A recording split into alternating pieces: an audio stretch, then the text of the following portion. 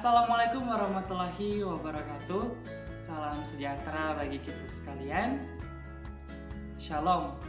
Om Swastiastu, Namo Buddhaya. Salam kebajikan.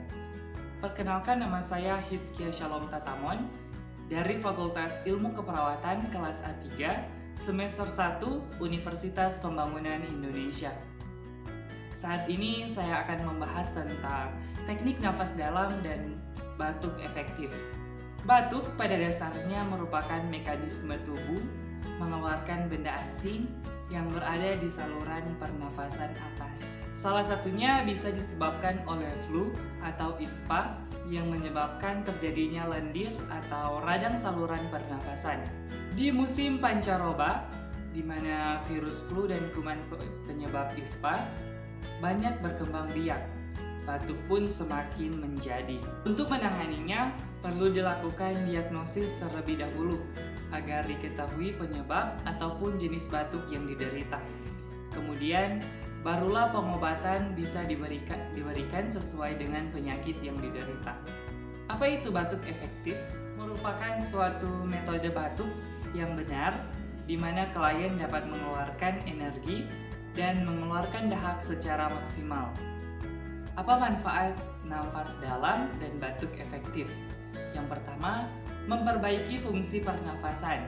Yang kedua, mencegah pengempisan paru. Yang ketiga, memperbaiki ketahanan dan kekuatan otot-otot pernafasan.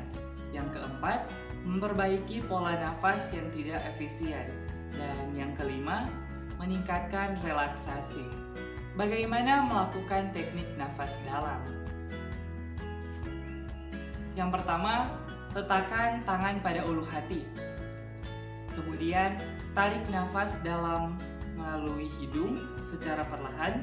Pertahankan bahu tetap rileks, bagian atas dan tidak bergerak.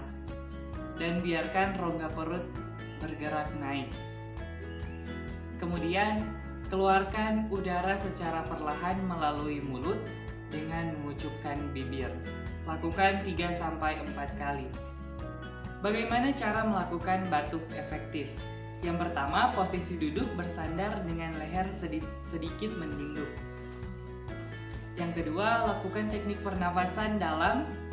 Yang ketiga, pada tarikan nafas keempat, tahan nafas lalu lakukan batuk 2 kali, kemudian keluarkan nafas perlahan melalui mulut. Kemudian, pada tarikan nafas kelima, lakukan batuk bersamaan dengan mengeluarkan nafas. Kemudian, kencangkan otot-otot parut saat batuk. Ulangi 5-10 kali, lakukan 3-4 kali sehari. Sekian penjelasan dari saya, semoga bermanfaat dan dapat membantu kita semua. Sebelum saya akhiri, saya ingin mengucapkan selamat ulang tahun untuk kampus kita, yaitu Universitas Pembangunan Indonesia Manado yang ke-21. Kiranya selalu menjadi universitas yang unggul agar dapat menghasilkan generasi muda yang berkualitas dan dapat membanggakan nama baik universitas. Unpi Kampus Merdeka, saya bangga jadi mahasiswa Unpi.